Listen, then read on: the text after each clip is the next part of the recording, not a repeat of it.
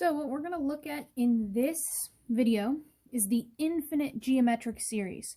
So the sum of a geometric series that goes on forever. So in order to figure out how to calculate the sum of an infinite geometric series, what we are going to look at is the sum of a finite. So we're going to look at the finite geometric series for a second. Okay, so for the finite geometric series, we know to get the sum of n terms, we take the first term and multiply it by 1 minus r to the n all over 1 minus r. And so what I want to do are two examples here where we're using the finite geometric series. So for example 1, and what we're going to get at is how do you calculate an infinite geometric series. So for number 1, we're going to let the first term be 5. We're going to let r be 1/2. And now we're going to keep changing n. Okay, we're going to increase n. Okay, we're going to keep increasing n. So let's find the sum when n equals, and for the first one, let's do when n equals 20. So the first term is always going to be 5.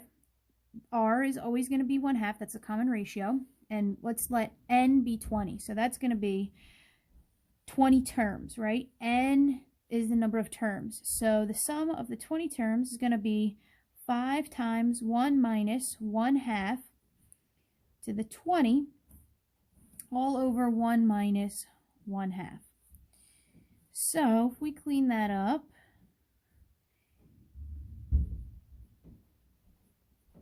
we get 1/2 in the denominator, 1 minus 1/2.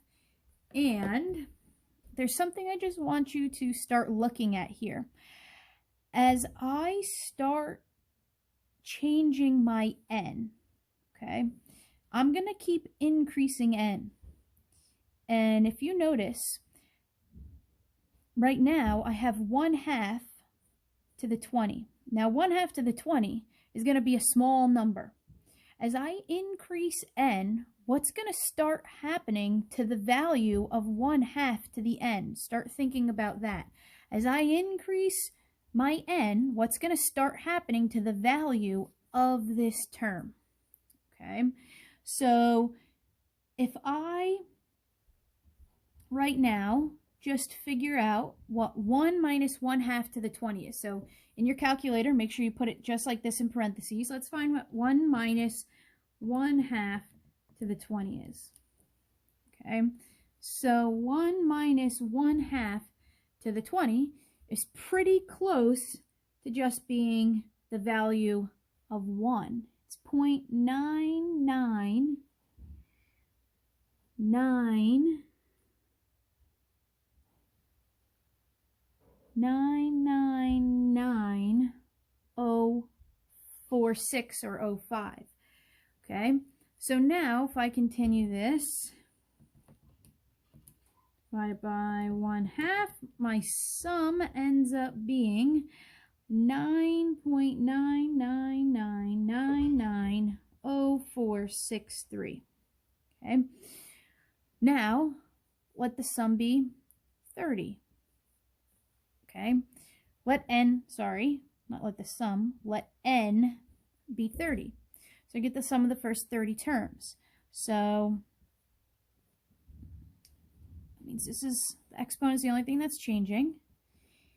And now let's think about how this is different than the previous example. So 1/2 to the 20th and 1/2 to the 30th. Okay. Which is the bigger number? 1/2 to the 20th is bigger than 1/2 to the 30th. Okay. 1/2 to the 30th is getting closer to 0. This is 1 over 2 to the 20th. This is 1 over 2 to the 30th power. this is closer to 0 than this. So as I keep increasing n, this right here keeps getting closer to the value of 0. So if I simplify this, okay, and I figure out what 1 minus 1/2 to the 30th is, that's going to be point, and this time there's 1, 2, 3, 4, 5, 6, 7, 8, 9 nines. 1, 2, 3, 4, 5, 6, 7, 8, 9. So notice this is getting even closer to being 1. And the reason that this piece right here is getting closer to being 1 is because this is getting closer to being 0. And so if I put this in my calculator and simplify this and see what the sum is, I get 0.9 and I get 1, 2, 3, 4, 5, 6, 7, 8 nines. 1, 2, 3, 4, 1, 2, 3, 4, 1. And look, I'm getting closer to being, this is approximately 10. Okay, it's getting closer. This is getting closer. It's getting closer and closer and closer. And as I keep going, okay, if I do n equals 50, okay, if we think about this, what's going to happen here is 1 minus 1/2 to the 50th.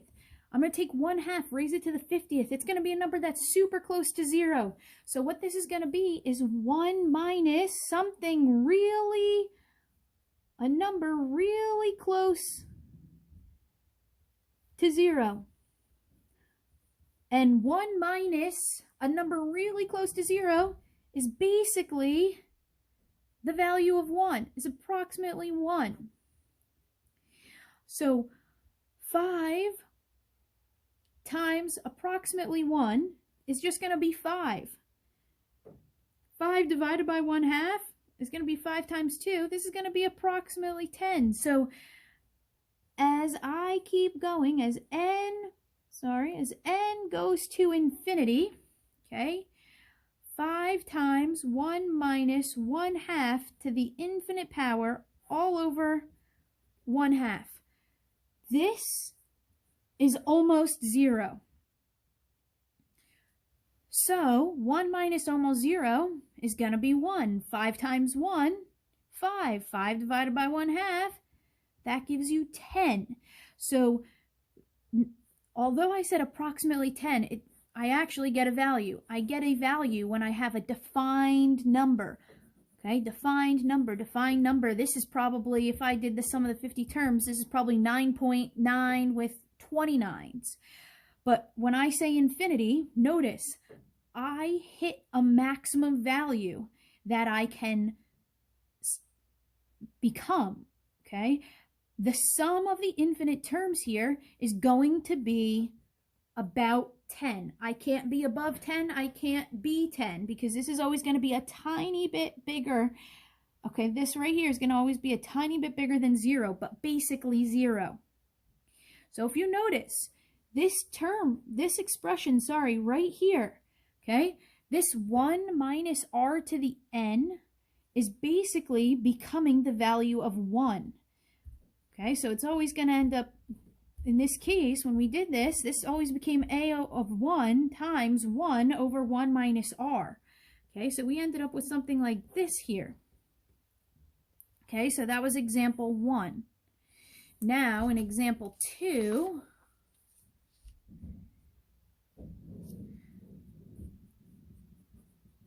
we're going to change it up just a little bit. For example 2, we're going to let the first term be 5, but this time we're going to let the common ratio r be 2. And we're going to keep increasing n. So the difference here is now the ratio is greater than 1. So, I should say the absolute value of the ratio is greater than 1. So, we're going to start with n equal to 10. Okay, so that's going to be 5 times 1 minus 2 to the 10 all over 1 minus r, so 1 minus 2. So this is the sum of the first 10 terms. Now, 2 to the 10th. 2 to the 10th is not getting smaller. 2 to the 10th is getting larger. 2 to the 10th is 1024. Notice, when you have a base and the absolute value of the base is greater than 1 and we raise it to a power, it is going to get bigger. So this becomes 5 times 1 minus 1024 is negative 1023 all over negative 1.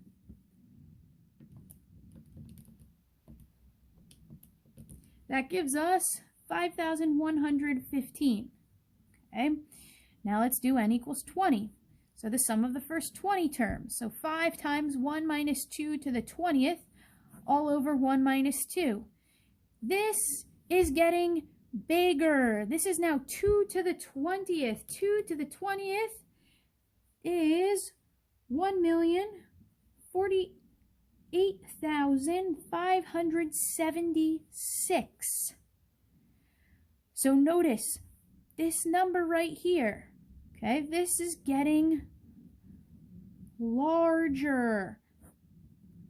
Okay, our r is times 2 times 2 times 2. That means in this sequence, 5 times 2 is 10, times 2 is 20, times 2 is 40. This is going to get huge, huge, huge. These numbers are going to keep getting bigger, and then you're asking to add them.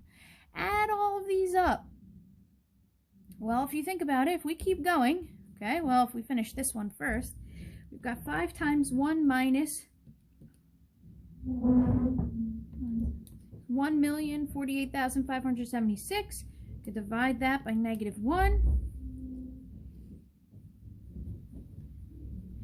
And we get more than 5 million. So notice the sum of the first 10 terms, a little over 1 million. The sum of the first 20 terms, a little over 5 million.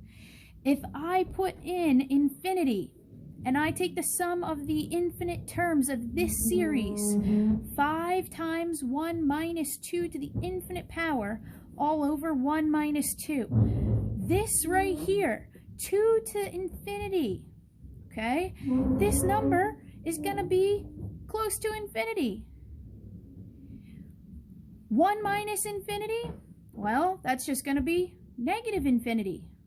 So you can't have a sum. You can't have a constant value when your r, when the absolute value of r is greater than 1.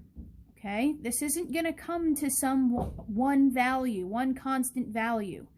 You're going to get infinity here. That is because, if you look, if I was to add this sequence up, okay, these numbers at the end are going to be close to infinity. So I'm just going to keep adding and adding and adding, and it's never going to end. It's just going to be infinity. So we say that the sum doesn't exist.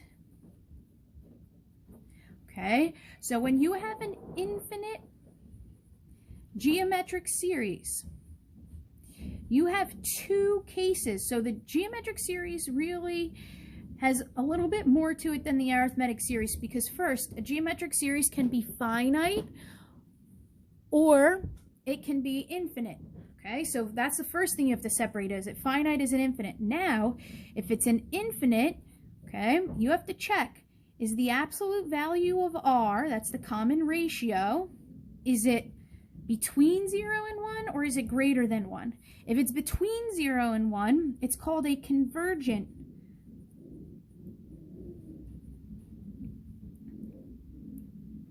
infinite geometric series. And you can calculate a sum, even though there are an infinite number of terms. When you have r equals, let's say if we go back to this example, if we go back to 1/2, okay? If we have 5, and then we have 5/2, and then we have 5/4, and then we have 5/8, okay? As I keep going out, all of these numbers are going to be close to 0. They're going to get so close to 0, it's basically like you're adding 0. That's why we actually can calculate a sum when the absolute value of r is between 0 and 1. Okay? And to calculate the sum of the infinite geometric series, if it's a convergent series, is just you take the first term and you divide it by 1 minus r, because we looked at it, okay, from the finite.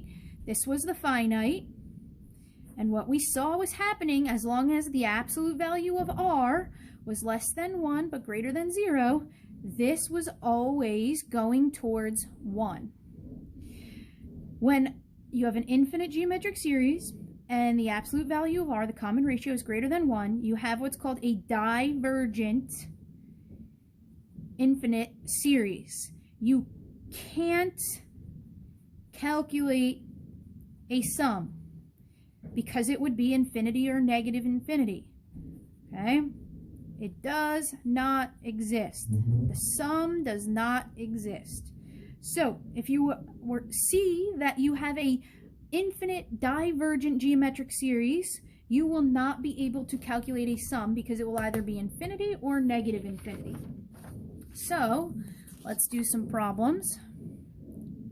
Number 1, find the sum of each infinite series. Now remember, an infinite series, it has to be geometric. If it's arithmetic, we can't do it.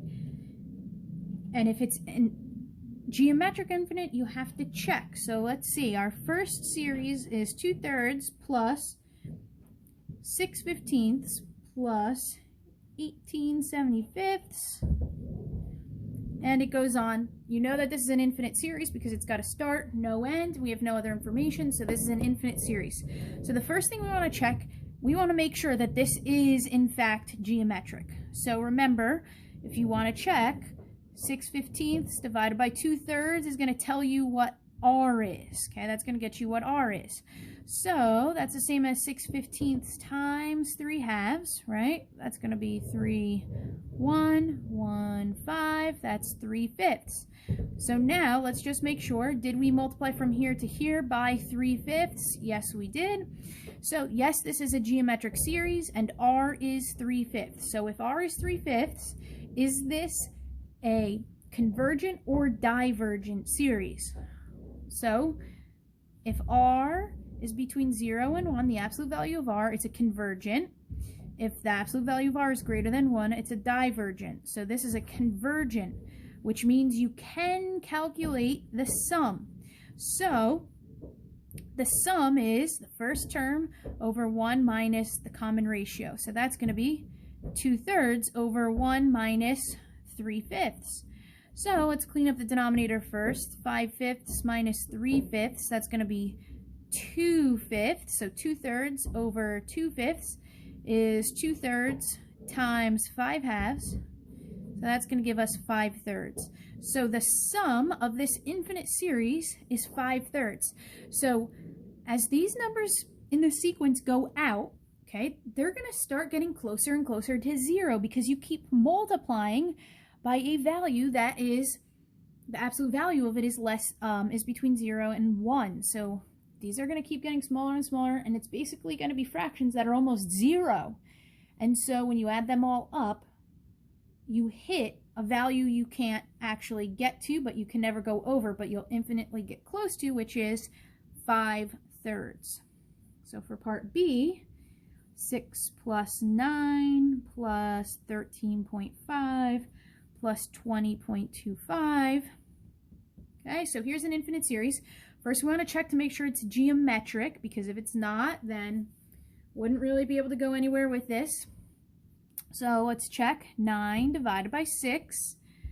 Okay, same as 9 times 1/6. 9/6, if we keep it fractional, that is going to be 3/2. If we don't keep it fractional, right, we can write as a terminating decimal, times 1.5. So times 1.5 times, let's check, 13.5 divided by 9. Okay, that better be 1.5, and it is. So let's check. 13.5 times 1.5 is at 20.5. 0.25, yes it is. So R is 1.5. So now we have to check, is this convergent or divergent? This is divergent. That means these terms are growing. They're getting bigger. So when I try and add them up, they're just going to be a big number, a bigger number, a bigger number, and it's going to go on forever. So you can't calculate the sum. The sum does not exist because it's infinity.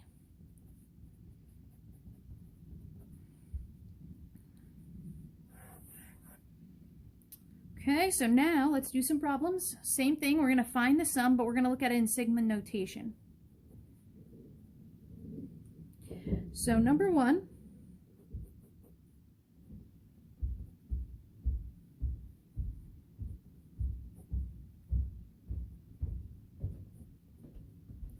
okay, so you should be used to this notation by now, and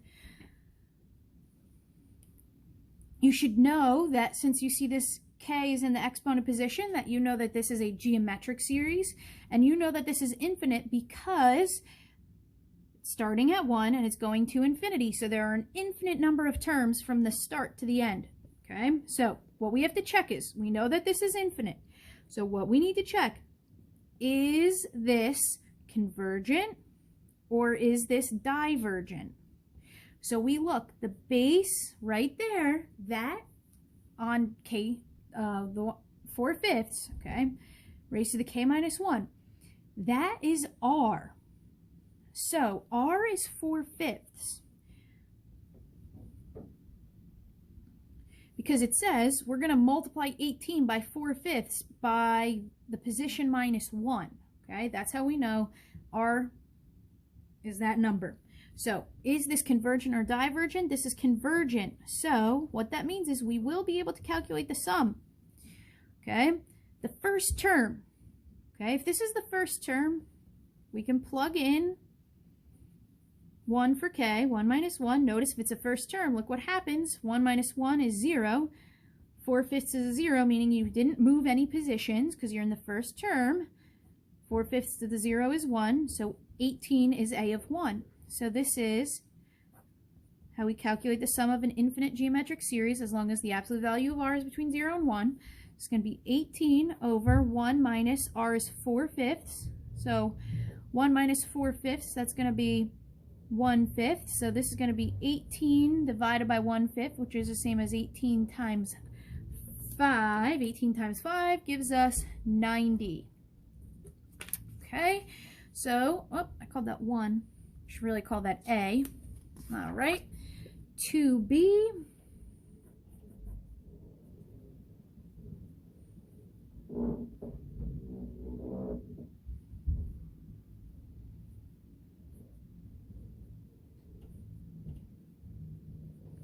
Okay, so notice we have sigma notation again. So let's check what we got going on. We can see right away that this is a geometric series. Now let's check, is it infinite, is it finite?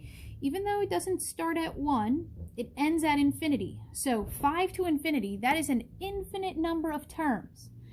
So now let's look, r, that's r, so r is -1/2. So is this convergent or divergent? This is convergent. The absolute value of -1/2 is 1/2. Okay, it's between 0 and 1. So that means we're going to be able to calculate the sum. So you have to be careful here. A of 1 over 1 minus r. This really means the first term in this series. Position 1 is not the first term. Position 1 is the 5th term. So we need to make sure we are starting with the first term of this series. That is the position, don't forget, that is the position of the first term. So we need to find what the 5th term is. So -25 times 1/2 to the 5 minus 1. So that's going to be -25 times 1/2 to the 4th power. Okay, so that's going to be -25. 1/2 to the 4th power, that's going to be 1/16. So this is going to be -25 over 16. That's the 5th term. So this is going to be negative 25 over 16 all over 1 minus, and r is negative 1/2. So we just have to do a little bit of algebra here. So I'm just going to bring this down. Negative 25/16 all over 1 plus 1/2. So 2 over 2. That's going to be negative 25 over 16 all over 3/2. Let's get this simplified. Times, divide by 3/2 times 2/3. That is going to give us negative 50 divided by 48. Okay, so that's going to be the sum. Negative 50/48. Okay, C, we have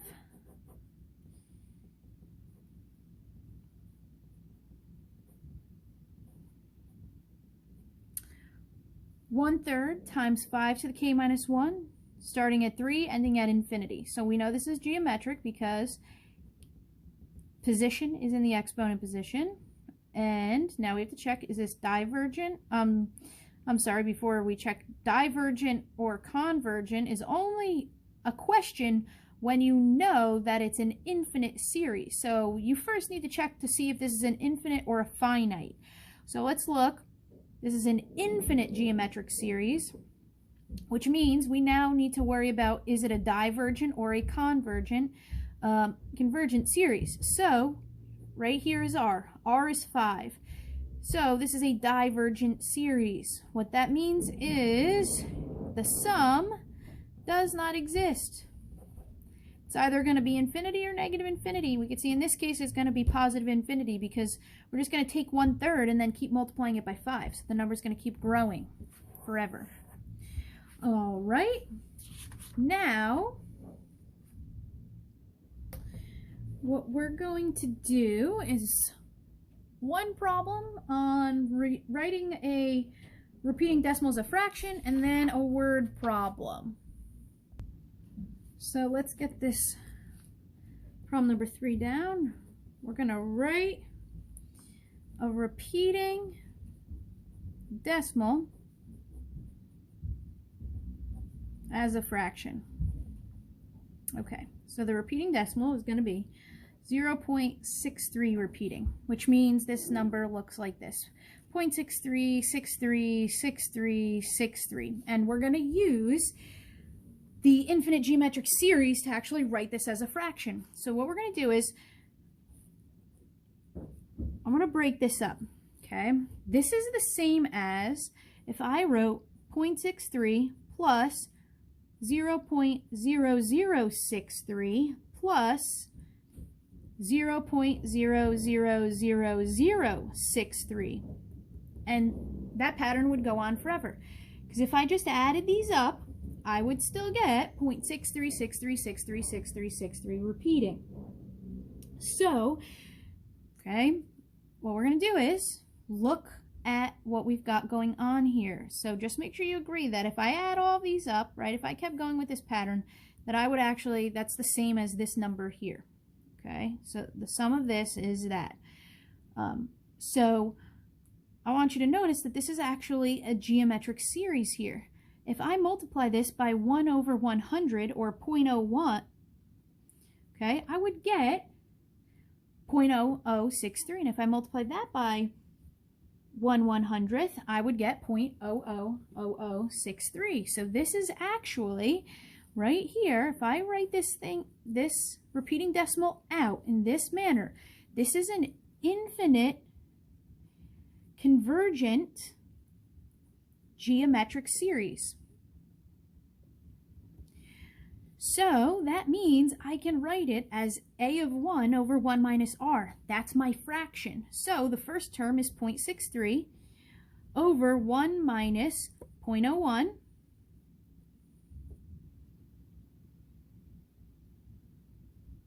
Now, we want to write as a fraction and not have decimals. So 0.63 would be the same as 63 over 100. 0.01 is the same as 1 over 100. Okay, if you want to write as a fraction, you don't want decimals in the fraction. You want to get this to one fraction. We have a complex fraction here. So we just have to simplify this thing that we've got going on. So We're almost there. Let's simplify it.